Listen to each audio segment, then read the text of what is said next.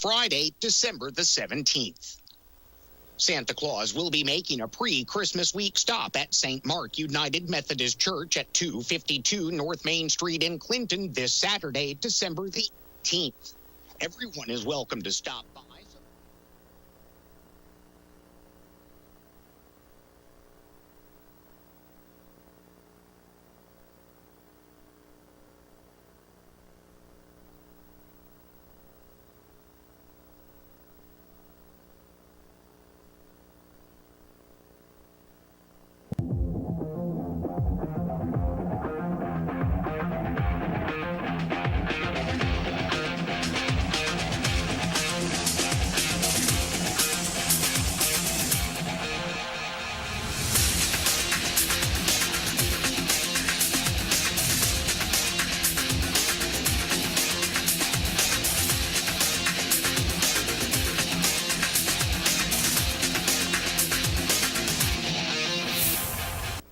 Welcome to Between the Lines. We're live Thursday night with the new head football coach of the Oak Ridge Wildcats, and that's been a treasured job for years. And we're going to talk tonight to him and find out exactly what his plans are. And I guess, are you here yet? I'm here, but I'm not officially here. Are you teaching, or what are you doing, Coach Stan? Right now, I'm staying half days. I'm working about half days at Halls and then coming here the second half of the day. But I should be full-time by about January the 11th or 17th, Semester one change. of those two. Do you teach at Halls? I'm the graduation coach there. Well, I was the graduation coach there. It's got to be tough. It's got to be tough being right next to Powell. All my friends at Powell. I got a lot more friends at Powell than I do Halls. In the old days I did, but I'm good friends with Cameron Ward, and he speaks highly of you. You know, the youth basketball coach over there at Halls, and Country Kitchen and their mother, and they run. That's one of the best restaurants over there. I go there all the time. I like. You know what I'm talking about? I don't know Country Kitchen. It's right. There's a strip mall right across from Powell High School. Oh, yes, I know what you're talking about. Cameron's family runs that major. And, now I know what But the mother does all the work. I just want to go on the record of that. And that's where you do an outstanding job. But they have hoagies and food. It's really, really good. But Powell, they've come along, haven't they? They have, and you know, we'll just see if it's sustainable or not. Yes, well, there's a lot of recruiting in Knoxville. You know, Fulton goes down, Powell goes up. I can't keep up with it. Used to, you know, in old days, Oak Ridge, we had these three plants. We could give somebody a job in the 50s or 60s, come and move down here. So we had our own little Knox Catholic type system, et cetera, et cetera. And I have a lot of respect for the Knox Catholic program. Yes, it's really, really good. Well, we got a lot of athletes here in Oak Ridge. We just got to be sure that we're doing the right things to build them and keep them here. And you know, people that want to be a part of something special, they will come be a part of it. They'll find a way. Well, tell us, Scott, tell us about where you came from and how you got into football, and brothers, sisters, father, anything. You know, I'm a Knoxville guy. Okay. You know, my wife and you know, all of our families are from the Knoxville area. Got some. My wife's got some family up in the Greenville area, but for the most part, we're Knoxvillians, and so we both went to West High School. That's pretty far in the city. I mean, you got to get past Beard and get. I always think of West as having fast athletes. I don't know why. They've always been fast. People forget what West was like back in the day before before I took over there. You know, it was, you know, back in the day before they renovated it. It was, you know, they never. I'm trying to think. Of course, I played kids in the there, 70s, but I can't remember. Kids there were going to, you know, they would go to Bearden, or they would go to Fulton, or they would go to private schools or whatever. And so our challenge there was to keep them. You know, after I became. Right, if they go to public schools, some of the welfare yes, goes to West if they do. Well, they're supposed to. And I think you know, and they do now more. Okay. But not when I took over there. But anyway, I'm a Knoxville guy, and you know, went to West High School, and then graduated from the University of Tennessee, and then as I was getting my master's there, I started just getting my foot wet. You know, I always played baseball and football my whole life. Right. Played a couple of years of JUCO baseball, and then I decided that instead of going on to some other schools after that, I was just kind of over it. I'll be honest with you. You know, I was ready to coach football, and I knew that was my first love. My passion was football. And did you play at West? So played football. What and position then did you play? Quarterback. Okay. And so back in so I decided to just transfer, go to UT. I got my bachelor's degree from there, and while I was getting my master's degree, decided I need to get my foot wet a little bit. So I did some volunteer coaching for Bill Wilson back in the day at West High School, and then from there I got my first real job. Was at Tennessee High up in Bristol. Sure. Up in the Stone Castle, and so I went up there to teach special education and coach, and that was a great experience for me. When you were a position coach, what did you coach? Yeah, so mainly quarterbacks and defensive backs. Okay. I loved. If I was going to go back and just be a position coach again, I would coach defensive backs. And I know everybody looks at me as an offensive guy. But it's a tough job. But I love defensive backs. There's always something you can be working on all the time at defensive back, and mastering the fundamentals of the footwork there and stuff. So I love defensive back play. But so anyway, I was there for 3 years, became the offensive coordinator. And then in '99, we were getting married and decided we didn't want to live in Bristol. So we wanted to get back to Knoxville. But you did live on the Tennessee side. I definitely lived on the Tennessee side. I do miss going by that big Viking castle every day, though. That was a really cool thing. If people have never been up there, they just, you can tell them about it, but until they see it, they just don't really understand the historical monument that is the Stone Castle. Right. I mean, that was the coolest thing ever. It was built during the 1930s, during Depression, and the government just gave them money to build something, and they literally built a football stadium out of stone. Wow. And it's unbelievable. I've been there once back in the really, 70s. really cool. As well. We went back there and actually played last year, 2 seasons ago, in the playoffs for the first time I'd ever been back there as a coach, as an opposing coach, and they've turfed it now, so it's kind of weird seeing turf inside the Stone Castle, but that was a really cool experience. But anyway, came back to Knoxville. Okay. And just very coincidentally, I wasn't really searching out West High School, to be honest with you. Sure. But they needed to put together a staff for a brand new coach that came in from Florida, and so I was able to join that staff and get a job at West, and then became the head coach 3 years later. And my first year there, inherited 49 total kids, and we turned that thing into never having less than 100. To start a year, and built facilities that they didn't have, and to be able to do what we did there and go from 2-8, 3-7 type of thing, was really rewarding. But it was very hard work, and because there at the beginning, those first few years, I didn't have a whole lot of help. I mean, I had to do everything. I mean, I was the weight room guy. I mowed game field, practice field, equipment, offensive coordinator, quarterback, I did it all. And so then, after the we went, the last 5 years, we went semifinal, quarterfinal, state championship game, and state championship game. So we were the winningest program in 5A football in the state through that time frame. Which was like 05 to 10, maybe? Or no, that would have been 2009 to 14. Yep. Okay. And after the 2014 state championship, went to Cleveland to become the head coach at Cleveland High. And again, love the people, love the school and the facilities and the school board, and it helped that I made a lot more money, stuff like that. But sure. It at the end of the day, like I've told some other people, it just wasn't home, and really wanted to get back home and have our family be able to come watch our 2 sons play. Sure. Because it was very difficult for our families to get down to Cleveland to watch them play on a regular basis, sure. Especially basketball, and baseball, because they play so many games. That's right.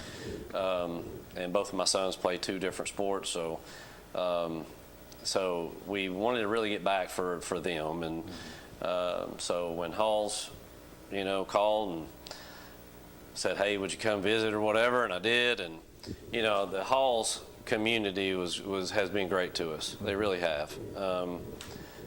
We've raised a ton of money there. We've changed facilities there. We've won ball games there that they hadn't won in a long time. So Well, I didn't have a lot of time. I'm doing my two-job thing too. So, but basically, when I call and ask a few questions, you have a reputation as being a really good fundraiser. What does that mean? Well, that's a program. It means hard work. Yeah. It means going out and asking and pounding the pavement a little bit. So you get out in the community. You're more of a what we would call a college coach, a guy that knows how to build the program. Well, not just if you will, but yeah, I mean, it's about way more than the X's and O's. There's a lot of X's and O's that win. There's a lot of X's and O's that still lose, sure. And it can be the same exact X's and O's. Sure. I am 100% about building the program. Building the culture of the program. And here, it may look a little different anywhere, but at the end of the day, we got to, I came here because Oak Ridge is a true community, and I want to be in a community-based school. We're really close to Knoxville here, so, my in-laws and my mother can come watch them play. And honestly, my mother and father-in-law can drive to here to Oak Ridge from where they live about the same exact time and distance as they could to Hall. So it's really, so this is like a perfect mix. Well, I've lived all over the world, and anything within 20 miles of downtown or 30 miles of downtown, like in Pittsburgh, I lived there 12 years, and we had stuff all, communities all over. We all considered it Pittsburgh. Exactly, yeah. And it was the same in Denver and other places, Nashville, same way. It wouldn't matter whether you're in Brentwood or whether you're even Clarksville. I mean, you can get 20 miles away in Gallatin. Gallatin, you think of it as the Nashville community. Right. So it's the same thing. Oak Ridge is just a suburb. It's perfect for us, because my sophomore son will be coming with me in January, and so he gets to go to a great school like Oak Ridge, and have great facilities and have diversity in the school, sure. And he gets to go play basketball in that arena for Aaron Green, and sure. Go play football in Blankenship, and so it's just a really good setup. Perfect situation, I think, for us, but also for me professionally to go out and to do what I've done at different places. But I really, I'm really not a move around kind of guy. I don't want to move around. It's just been scenarios to better myself or sure. To get my family in a better situation. Well, you haven't gone really very far. And Bristol was a little bit, but Yeah, but I don't want to move school to school though. I like this needs to be it for me. I want to finish here. And you don't have to build the tradition here as much, at least by reputation. Right, but there's a whole lot of work to be done here, which is exciting. Absolutely right about that. And well, I think, and this is my opinion from traveling around the country, I think traditions change slower. Mm-hmm. I grew up a Notre Dame fan, still am. I'm a UT fan, held season tickets. But traditions move slower. They don't give. So if you're a traditional T player or you're a single, whatever it is in your day, you tend to not move into West Coast offenses as quick, other things, I mean, so it's harder to adapt because you have such major traditions and things to go through. So maybe it's time. Maybe it's time you brought some stuff in here. I want to embrace the traditions of Oak Ridge football and to continue all the good work that Coach Gaddis has done here too. There's a great administration. Dr. Adams, is obviously all about his school culture and his academics at Oak Ridge High School, but he also understands the value of athletics in his school and in particularly football. And the Oak Ridge community loves their football, we need to have Blankenship packed with people. We need to have, my goal is to raise our numbers. I'm a huge believer in numbers. I want to get our numbers up. You mean attendance? In our football program. Number of people playing. Yeah. Okay. Well, in our attendance, but the whole thing. Numbers can mean a lot of things. Right. Yeah. I think we need. I've told everybody since day one. Day one was only Monday for me here, but throughout the times leading up to the official hiring and everything, I think. There's no reason in the world we shouldn't have 100 players walking down the steps at Blankenship Field. No reason. No reason at all. And how do we do that, And I think is to build a great, there's already a great culture of football, but I want to grow our numbers by playing a lot of kids on the field on a Friday night and really trying to take that average high school football player and letting him concentrate maybe in one area to where we can get him above average and like. Sure. So we, you know, the same. More people you can do that. Yeah, and the same stud players not playing offense, turning right around and playing defense all the time. You know, Scott, let me take a 2-minute break and we'll come right back and talk more about that. Wishing you and your family a very Merry Christmas and Happy Holiday Season from the Law Office of Victoria Bowling and my entire family, David, Jordan, and Madison. Roger Miller is a conservative and lifetime resident of Anderson County who has served as Sessions Judge since 2014. Judge Miller has adjudicated more than 30,000 cases, both civil and criminal, over the past 7 years. Roger is a graduate of Clinton High School, and he volunteers time coaching youth sports and serving as an instructor. A paramedic for 12 years, Roger worked saving lives at the Anderson County EMS, MedFlight 5, and Methodist Medical Center. In 2022, let's re-elect Roger Miller, General Sessions Judge. Unlike other health concerns, mental illness is not always easy to see. D-E-P-R. Mental illness doesn't show up on a scale. Bipolar? Sorting out a mental health concern takes professional diagnosis and treatment. Anxiety. I thought so. If you or a loved one has a mental health concern, don't go it alone. For 24-hour free and confidential information and treatment referral, call 1-800-662-HELP. Learn more at samhsa.gov/support. An angel of the Lord appeared to them, and the glory of the Lord shone around them, and they were terrified. But the angel said to them, "Do not be afraid. I bring you good news that will cause great joy for all the people. Today in the town of David, a Savior has been born to you. He is the Messiah, the Lord." May this year be the best Christmas ever. Warmest wishes to you and your family. Have a great Christmas and a Happy New Year. Merry Christmas. Hello, I'm District Attorney General Dave Clark. My fellow DAs and I successfully fought for new elder abuse laws and procedures that have police departments and agencies using improved tools to protect our seniors. Victims of elder abuse are often unable to recognize or report abuse themselves. They need your voice. If you suspect abuse, contact local law enforcement or adult protective services. Let's work together to protect our seniors. Ryan Spitzer has been a prosecutor in Anderson County since 2007, prosecuting more than 2,500 cases over the past decade. Ryan has been the Drug Task Force prosecutor for the past 7 years. Ryan donates time working with local nonprofits. A veteran, Ryan spent 6 years serving his country as an Army medic in the National Guard. Ryan is a family man who works hard every day to keep Anderson County families safe. Experience matters. Louis Reidenauer would like to wish you and yours all the best this holiday season.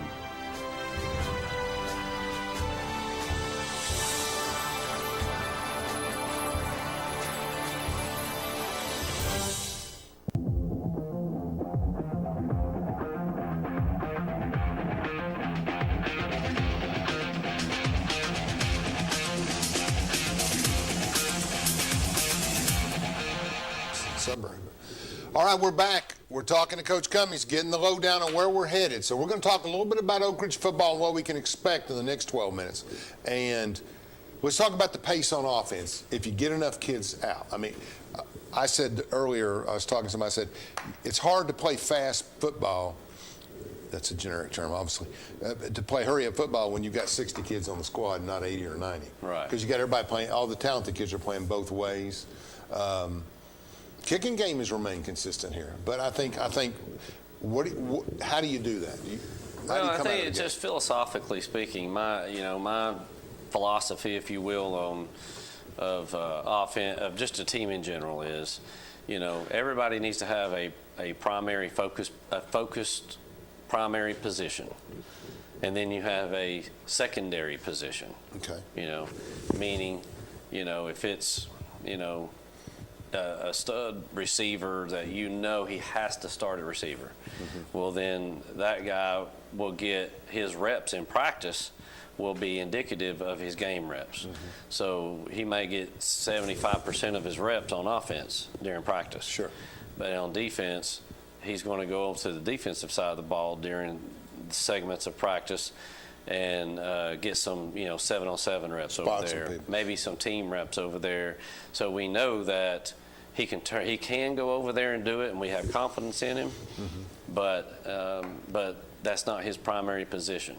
So that way, when we have this average high school football player, just an average high school football player, we've got to make him above average somehow, right? And I don't care what anybody says, you're not going to do that if he is practicing offense 50% of the time and defense 50% of the time. If he's an average high school player, then he's going to continue to be average if in that scenario. But if we take that same young man and we're practicing, 75 to 100% on his focus area, then I think that we as coaches have to be good enough as coaches that we can now make him above average, for us, and actually play on Friday nights on a field with good technique, with not taking false steps, all the little things that win.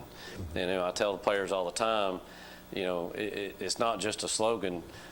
The game is really a game of 6 inches. It really is. You look at an NFL game, college or high school, and that guy, that defensive back was like 6 inches from deflecting that ball, or that lineman got beat by 6 inches, and it's all about those things. Everybody looks at Maryville around here as and Alcoa as the very top of the top, right? But if you really study Maryville, I was telling somebody earlier today, we all have 4 good players. We all have 4 really good players. And Maryville doesn't have more than we do.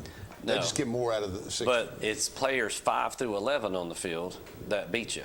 Yeah. Because they're fundamentally sound. They play hard the whole time. They're very well coached, and they know what they're doing. They're reliable. So that's how really good teams, consistent teams beat you, is really with players 5 through 11. The guys that are just the all-stars and the studs and all those things, they're going to still score their touchdowns, right? Yeah. But the guys that are helping them get to those touchdowns are the ones that are underpraised and the ones that might be the average high school player, but they're playing above average. And so, I don't believe in freshman coaches. I just feel like why would I want somebody else coaching my quarterback that I'm going to be hanging my hat on? Why don't I just coach him? So it would take too long probably to get into a typical practice schedule, but the way the practice schedule works allows us that time with our one-way only players when the freshmen are on our side of the ball. And so they're getting the same exact coaching. They're getting the same exact drills. But you have a freshman football schedule. Who coaches those people? We do. The whole staff's going to coach freshman and varsity? I'll have freshman head coach just for the namesake. Yeah, just for organizational purposes, and an offensive coach and a defensive coach that'll initially go to the game with them. Yes. But then as soon as we're done on Mondays with our Mondays are fix-it days and install days. So once we're done with fix-it, install, and a little bit of film, I will be hightailing it to wherever we're playing, and by the time I get there, you'll be on the side of the field. Yeah, then we're all going to get there, but there's those kids seeing all of us there, the varsity coaches, if you will, and their coaches is very meaningful to those freshmen and to those parents. Question here. I go down and I go to your last game at Halls or last season, and I break down film and I pull off at the end of a game. How many times did you run the ball and how many times did you throw the ball? A really good ratio for me, if in my system, if we're being successful, is going to be, a goal type of thing, depending on our talent stuff. I know it changes, but in a perfect world, if I'm just spitballing it, I would say 60-40 run pass. So you will pass more than 30 to 40% of the time? Oh, yeah. Okay. Yeah. We're going to be balanced. We want to be a two-headed monster. Mm-hmm. But when we're running the ball, it needs to be very physical, and it needs to be downhill, and we need to get off the ball. Our linemen need to have a brotherhood and a sense of toughness about them, and they're going to get off the ball. And now, if we're running the ball successfully, now the RPO passing game off of it and the shot plays off of it will be successful. But going back to your pace of play, you ask. Yes. It does take depth to be able to do it. But we will have all 3 phases of pace. We will huddle up and just call the play in a huddle. We will go no huddle, meaning we will go straight, as play's over, we're going straight to the ball, try to draw them off sides. They don't jump, then we'll turn, look to the sideline to get to play. And we'll also have NASCAR, turbo, whatever you want to call it, where play's over, we're running to the line, and we're running a play. Yeah. So we have, I think the pace of play is something that defensive coaches can really struggle with and can become your advantage if you do it. Can't substitute, you're in trouble. Yeah, and in so high school especially. Right. Yeah, you got they got their nickel back in, and you're like, oh gosh, let's run the ball, and now we can go straight to the line of scrimmage, and we're going to go and run the ball, or hey, they're loading the box on us, hey, let's take a shot play right here and no huddle, and we're going to get up there and go jet motion or whatever, then fake it and then pull out and throw a receiver a post route over top of a roll down safety. We'll have all 3 phases, all 3 paces of play, which is going to take it does take a good off season to be able to do that. We need to have a great spring practice. We need to have a great summer. Every day after workouts, we'll be on the field for an hour. So to be able to get that stuff in before fall camp. And so we will be everything from a tight end, H-back, I call it a sniffer, but a sniffer back, tight end, to an attached tight end, to no tight end, 2 backs in the backfield. We'll be 2 by 2 out wide with 1 back, or we'll be trips open, 1 back, 3 by 1. So we'll be all those things, and when we get it going, it'll be hard at first for the players, but once we get it going, it won't be difficult, and we can jump right into anything any of those we want to jump into. Got to get the reps in. Got to get the reps in, and I'm all about reps. I'm a rep guy. Me too. I'm a rep guy. I tell my son, World history final, just rep it, just go, just go. We're going to teach something once or twice and then rep it 100 times. That's right. Once they got it, they got to practice it. That's exactly right. Staff. Talk to me about staff. Well, I don't know. There's not a whole lot to talk about yet. I'm still evaluating all that, but. In a perfect world, we'll need a D-line coach, an inside backers coach, an outside backers coach, and a secondary coach. Okay. I always keep 2 offensive line coaches. I don't know how one person can possibly coach the offensive line and a tight end. So I always like to have 2 O-line coaches for practice and game purposes. One's upstairs, one downstairs, communicating. And then a receivers coach and a running backs coach, and I'll do the quarterback. So we need a staff of 9. You call the plays? Yes. You're a quarterback coach. Oh, quarterback coach. Yeah. It's the Gruden. There was 1 year I didn't call plays, and that was miserable. But so I just and 2, I didn't. When I did that, I didn't feel connected to the kids. Sure. Because in practice, I wasn't really engaged as like I would be. Kiffin won't let it go. Certain guys won't let it go. That's so just the way it is. But right now, I'm talking to the previous coaches that are still here and kind of evaluating them and seeing who wants to be here and it's who buys into your philosophy. But we need, and I'm. Like I got some guys coming in tomorrow to tour the school and look around. But the issue, the good and the bad with Oak Ridge is, right, like the pay's good and stuff, so teachers don't leave. So you got to wait and see who's going to retire before you know what positions you got. Offer somebody, and you certainly can't have, you got to have guys, in the building. And right now, that's the issue, is getting coaches in the building. I'm not an expert, but I think if I was in it, my sports are all over the board, but probably some basketball mostly. But I would say that if I was, the first thing I'm going to do is hire a strength coach. That's just me.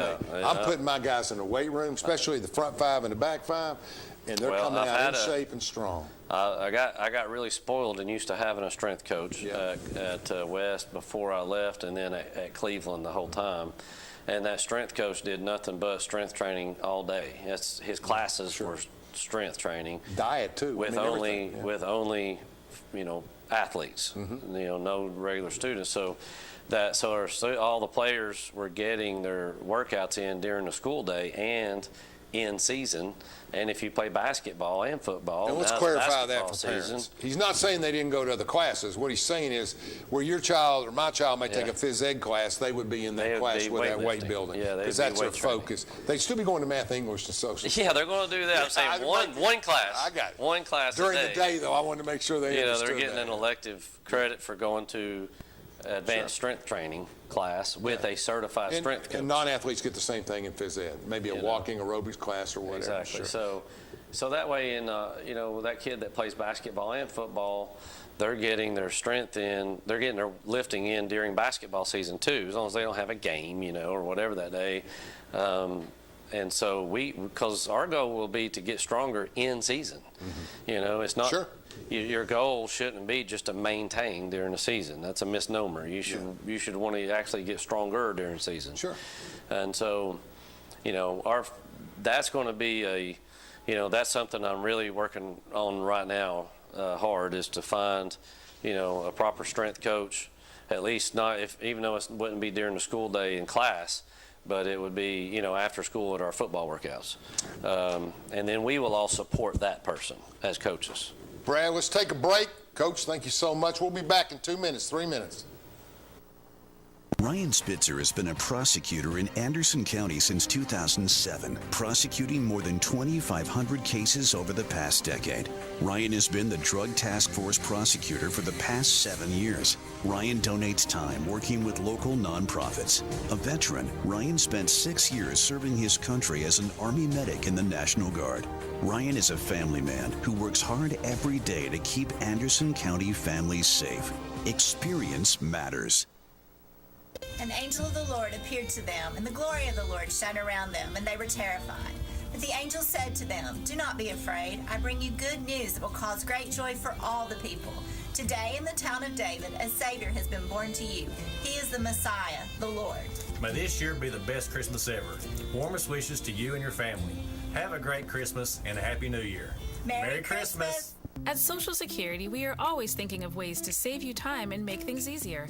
That's why we created My Social Security. A My Social Security account allows you to access your earnings history and benefits information, request a replacement Social Security card, get a proof of income letter, estimate and apply for benefits, and more. Save time. Go online. Open a My Social Security account at ssa.gov/myaccount. Social Security. Securing today and tomorrow. Produced at U.S. taxpayer expense. Roger Miller is a conservative and lifetime resident of Anderson County who has served as Sessions Judge since 2014. Judge Miller has adjudicated more than 30,000 cases, both civil and criminal, over the past 7 years. Roger is a graduate of Clinton High School, and he volunteers time coaching youth sports and serving as an instructor. A paramedic for 12 years, Roger worked saving lives at the Anderson County EMS, MedFlight 5, and Methodist Medical Center. In 2022, let's re-elect Roger Miller, General Sessions Judge. Hello, I'm District Attorney General Dave Clark. My fellow DAs and I successfully fought for new elder abuse laws and procedures that have police departments and agencies using improved tools to protect our seniors. Victims of elder abuse are often unable to recognize or report abuse themselves. They need your voice. If you suspect abuse, contact local law enforcement or adult protective services. Let's work together to protect our seniors. Wishing you and your family a very Merry Christmas and Happy Holiday Season from the Law Office of Victoria Bowling and my entire family, David, Jordan, and Madison. Louis Ridenauer would like to wish you and yours all the best this holiday season.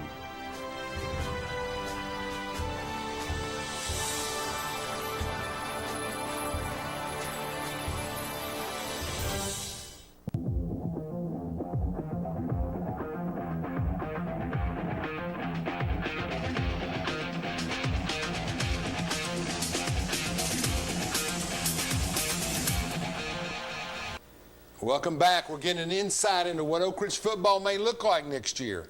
And it's pretty exciting, a lot of experience. Coach Cummings been there, been to the States, been to the finals, and he has a lot of confidence in Oak Ridge and the ability for the future. So we're going to talk some more about those programs, and let's talk a little bit about how football's changed, high school football's changed. It's faster. It has, and again, it goes back to my desire to get our numbers up in football, in our football program. If we have less than 100 players in our program, then we're not going to be able to practice correctly, because and we're not going to be able to play in the style of play that is today versus yesterday. So back in the day when everybody was playing both ways and stuff, right? The player was tackled, the ball's down, the whistle blows, and then what? Well, the offense went to a huddle, the defense went to a huddle, or the defensive lineman even took a knee back in the day, and they're resting. They're getting their call, but they're resting. Well, today, nobody huddles up. So the play's over, offense, even if they don't actually run a play fast, they're getting lined up. So as a defense now, you've got to get lined up. So you're running now to your position, get lined up or whatever, and you got to be ready to go, because they may or may not snap the ball. So the ability to catch your breath and rest and be good in the fourth quarter now is compromised if you're playing the same guys on both sides. So we've got to get our numbers up. It is crucial. And again, like I just said, we're going to play all three paces of play. We will be more no huddle than huddle. We'll just huddle up when we're wanting to, maybe bleed the clock or, whatever. But or to start a series, to start the first play of a series or something. So that's the only times typically we will huddle up too. Well, the theory gets, if you get a first down, you keep moving. You don't want to give the defense time to rest. And we need to be able to have enough numbers and ability that when Brandon Hayward runs a post route that he just ran a 40-yard dash or 50-yard dash on, that he can jog off the field, and we've got another receiver that can come in, let him gather himself, catch his breath, and now he gets back in the next play, because he's a dude, that goes back right? to 75-25 theory. Exactly. The kid that's practicing 25, he can fill in for a play. Yes, exactly. That starting defensive back that his primary position is defense, in that scenario, he might be the kid that's coming in on offense because he's getting 7-on-7 reps on offense or a few team reps on offense. He knows enough. He knows all the plays. He can come in and run a route or make a block. He don't necessarily need 75% of the reps on offense to go in there and be in the rotation at receiver. Because why? Because we did it all camp. We did it all summer. We did it back in spring practice. So we've gotten the teaching in every day and the reps in. So now during season, we can do those types of things. So we're making the evaluations on. We will make those evaluations on our own players to decide what's their primary position and their secondary position, and hopefully we get to a point where, with our bigs, we don't have anybody going both ways. You're just an offensive lineman or you're just a defensive lineman. I had a close friend, Kurt Allerman, who played 9 years in the NFL, Penn State All-American linebacker in the 70s. And we used to have these buddies. We'd go out to dinner all the time. We shared a warehouse. He ran Sylvania, and I ran another business on the side. This is 85 to 93 maybe. And he used to sit and tell me. He used to say, I can look at an offensive lineman and tell you within 2 plays whether I'm going to be able to dominate that guy or not. And it's nothing to do with how big he is. It's all his footwork. If he doesn't have the footwork, he needs to go home. And these are NFL guys, right? And I think about he says all of the responsibility. Had one kid that worked for me that played for Pitt that went to the NFL. And if you look at all these responsibilities, you think an offensive lineman would have plenty to do with having him play defense, especially offensive line. And I like the fact you said you'd have 2 offensive line coaches. Between a center, a tight end, multiple tight end formats that you're talking about, I think offensive line would be a real challenge. Well, yeah, because in practice now with 2, when we're in our indie time, fundamental time, if we wanted to do, say, power drill, where we're running, because we're practicing the power and power counter. Well, now we can have a coach that's working with one side on their down blocks, and the other side's working the guard pulling and wrapping on power, and the sniff or tight end kicking or whatever it is. And then when we're in team reps, now you've got a set of eyes on the right side and a set of eyes on the back side, their left side. Sure. So, so they can then, because in team reps we don't slow down either in practice, so we're going. Right. So they can coach kind of on the fly, and pick and little nuggets here and there, little nuggets there, nuggets here. Next thing you know, they've got a lot of coaching in, and we never stop practice, or a kid really screws something up, and they can say, hey, my starter get out, my number 2 get in right now, get him some reps and get this starter coached up, but we're not stopping practice, and we've got a coach that can get him coached up during that next rep, and another line coach who's still engaged in the team practice play, scenario. So there's a lot of advantages there, and on Friday nights, the big advantage there is common sense, right? One of the offensive line coaches is upstairs on headsets. The other line coach is downstairs on headsets. And when we're on defense, when those offensive linemen go under the tent to watch TV, watch the last series on huddle on TV, those line coaches are communicating because the one upstairs has an iPad too, and they can quickly say, hey, go to clip 34, or whatever. Look, Johnny didn't take that 6-inch step like he's supposed to, or whatever it is. And they can try to get that immediate reinforcement with the players. So next time we go out on offense, they've had that reinforcement. Is there and going back to logistics, we play a lot of 6A clubs, Farragut. Yes, we do. DB, some others. Do they have larger squads? And you play a really good 4A team in Greenville, who has a big, large number squad. Sure. Powell's not bad either. Yeah, so and there's some others, but I'm saying that. Like Dobbins Bennett, you'll roll out there and they'll have 90 guys just on varsity. So that could be a detriment if they're playing fast, and we might have just as good or better players. But they're playing fast, but ours are going both ways. Yeah. You're in trouble. You got them by halftime, you're in trouble. Yeah. I think that I'm thinking as a kid, you come into 9th grade, you got mediocre talent, but you might be able to learn a skill that helps the team. I think at that point, if they're not, they've got to feel like they're part of the team. They've got something to offer. They're 6 foot, 175 pounds, and they want to play, but they're not as fast as the other guy or not as tough as the other guy. You've got to really, I give the basketball and Lady Wildcats and the male, one goes to Bahamas, one goes to Arizona, take off today, one does this. There's got to be something magical about the program. More than X's and O's, I think you've got to do things to make Oak Ridge football exciting for player 80 through 100, not well, just and I think a big part of that is just our culture every day and how we go about our business. Yeah. And, how we, tell each other we love each other, and we are going to got each other's back every day, and that takes a little while. Sure. That takes a little while.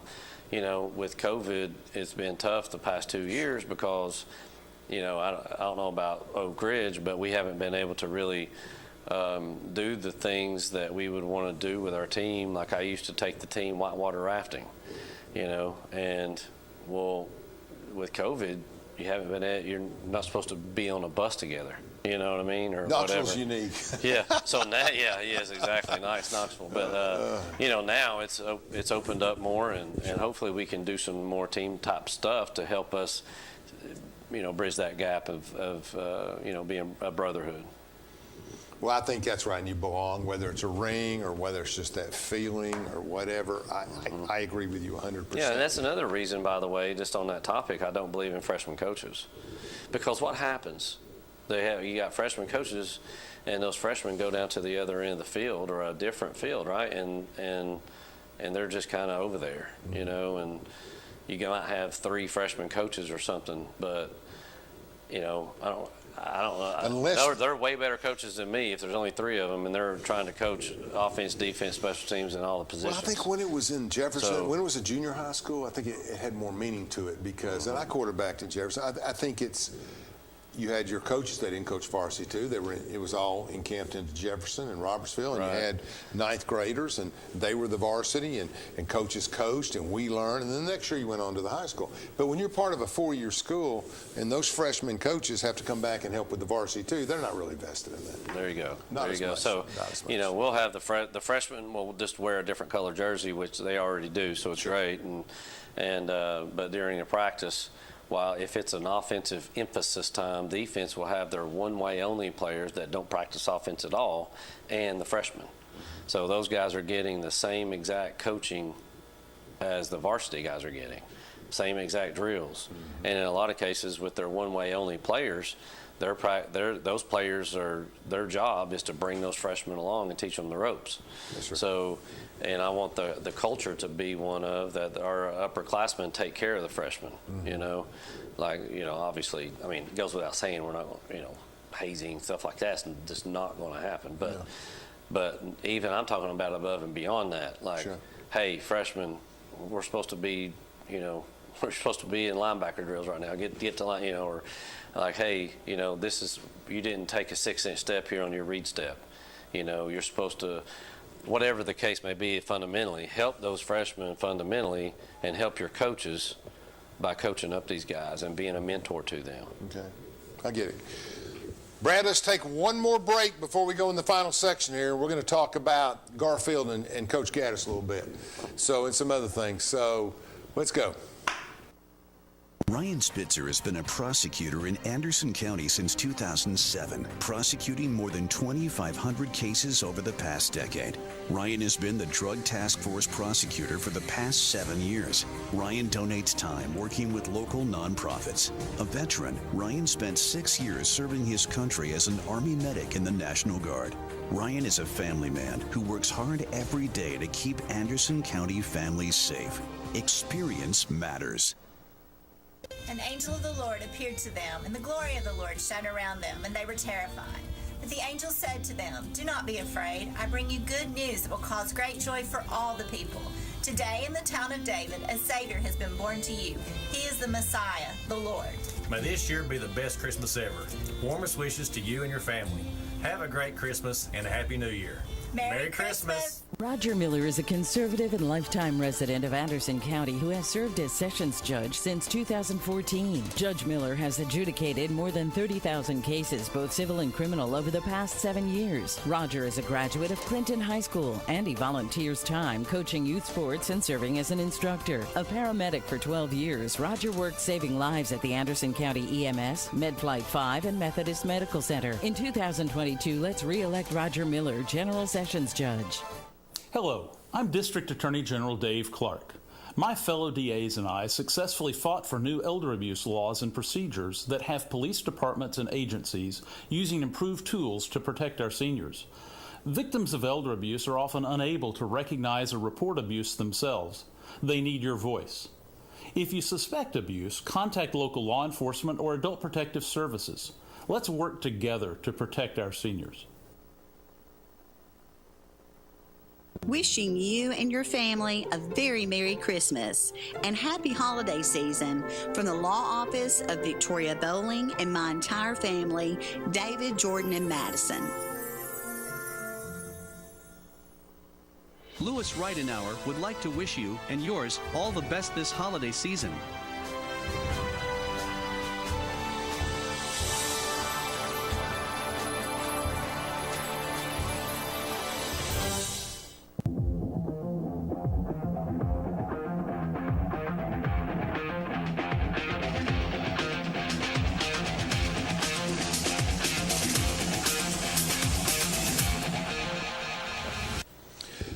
Coach Cummings, tell me he's 51, making me feel old, and he's saying I'm getting older, and I'm thinking, whoa, 66. I have a young wife, 40 in her 40s. I'm constantly trying to rest.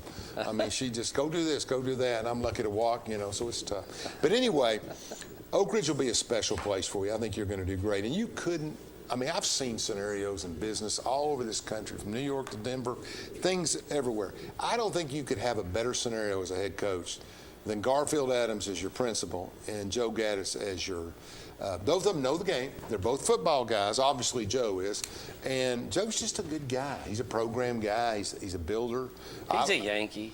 He is a Yankee. He's a Yankee. I ate lunch with him. I remember me and who was it?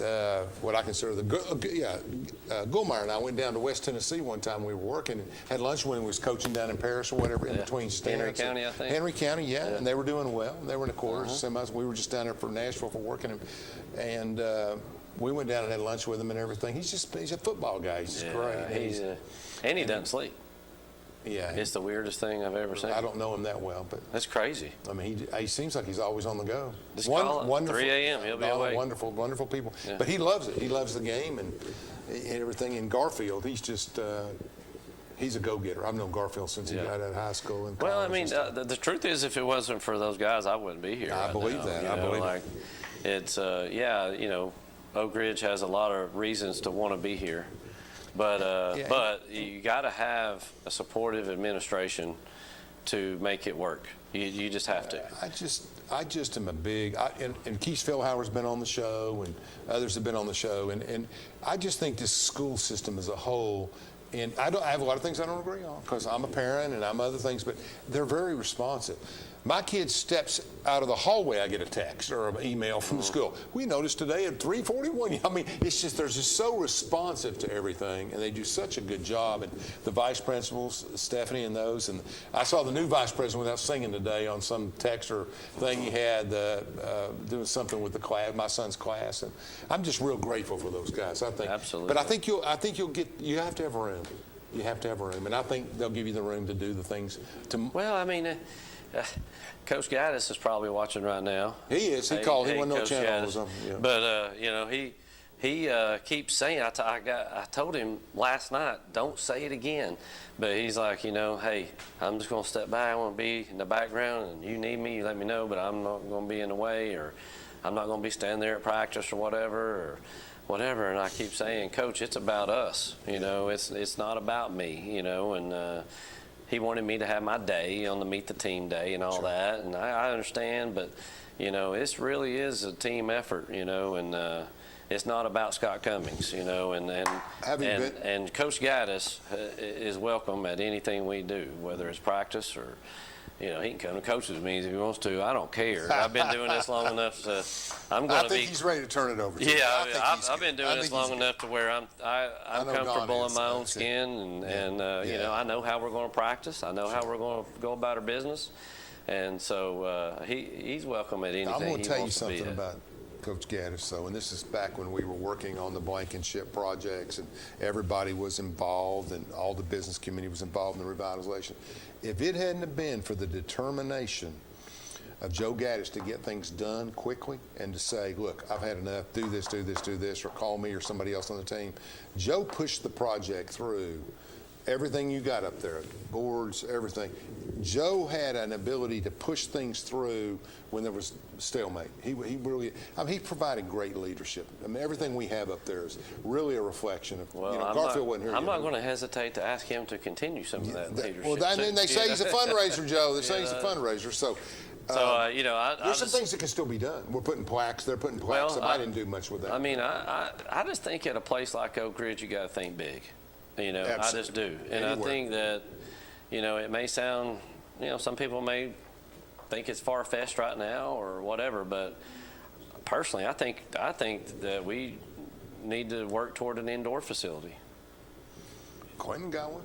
I mean, you get somebody, a benefactor in the community, some other people. Yeah, why can't you have an indoor facility? You got to have that first. Okay, when I was at West and we built the field house there, we built a $300,000 field house first. And then my last year before I left, we finished, and I never got to use it, a $450,000 weight room extension onto it.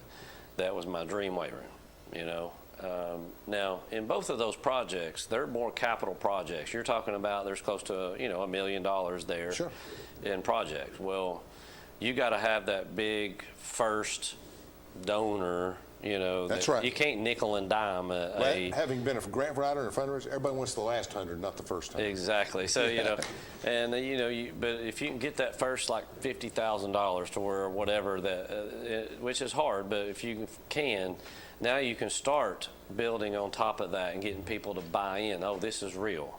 When you go present the idea to them in your drawings and here's where we're at with it.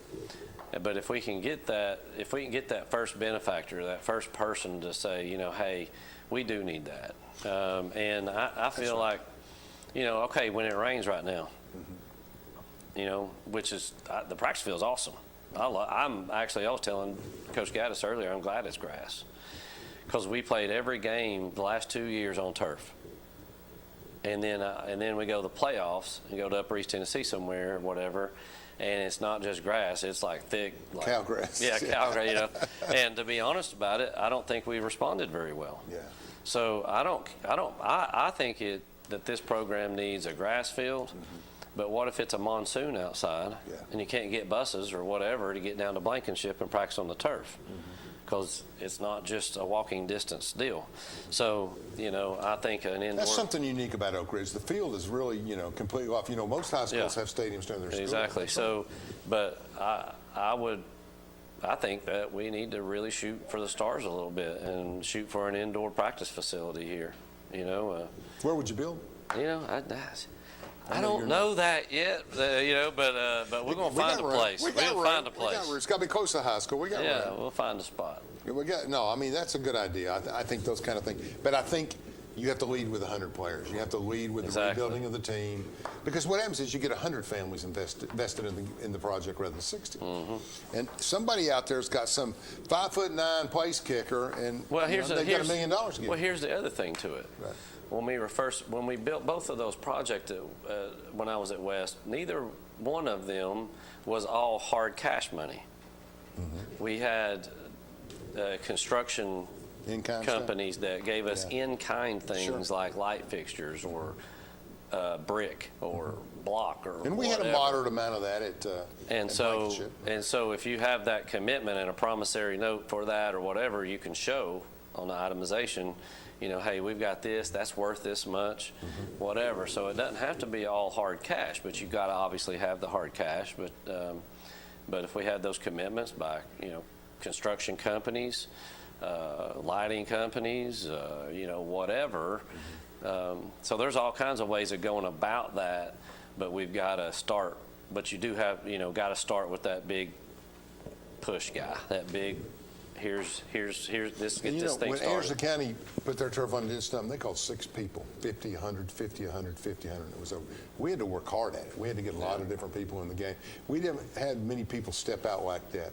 And we always said when we were kids that, and CNS has done a great job for us, who's manager watch. They've been invested and interested in all our projects here, but we never had the Eastman Kodak kind of commitment like they do at Kingsport, where they just funnel millions in the program. Look at that facility. But we'll get more. Yeah, we'll get more. We'll get more. I give Coach Gaddis credit for buying the best turf. Your turf is the best, in my opinion, field turf. It looks great. It looks awesome. Something. Just like Kingsport is the same. And I love the new brick pillars with the black fencing going around and the Wildcat gate. We're trying to get more classes donated. Looks great. And the Oak Ridge Wildcats on top of the Jumbotron and stuff. All that stuff is just beautiful. But make it a start, not a finish. Absolutely love it. Oh yeah, and you'll do well. I mean, I like your commitment to more kids. But if there's anybody out there that would like to start a capital project to build an indoor facility, now's your chance. You just give me a call. Coach Cummings a call. Do that, really. And we want to thank Officer Lewis Reitner, who's running for Circuit Court Clerk, for sponsoring tonight's program, along with our other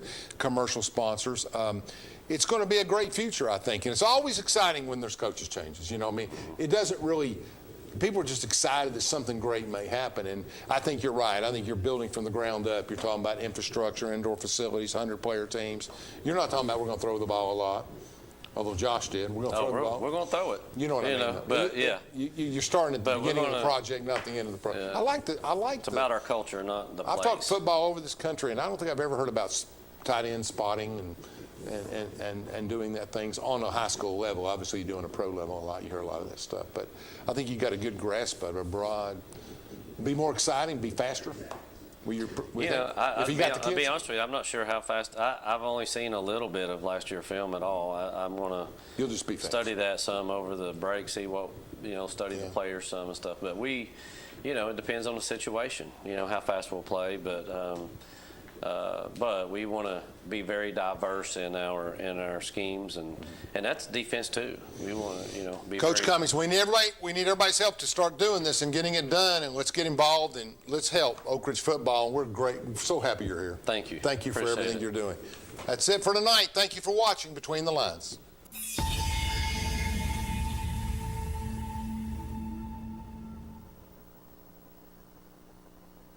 An angel of the Lord appeared to them, and the glory of the Lord shone around them, and they were terrified.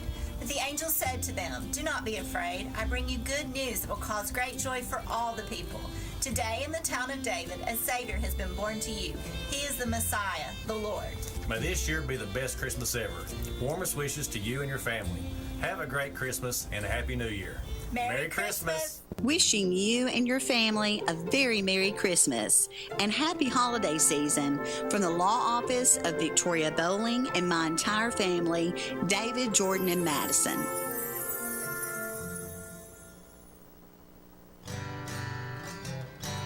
Let's go fishing. You know it's really great. Let's go fishing. In the rivers and on the lakes. Let's go fishing. It's easy when you try. Floating on the water with good old Steve in mind.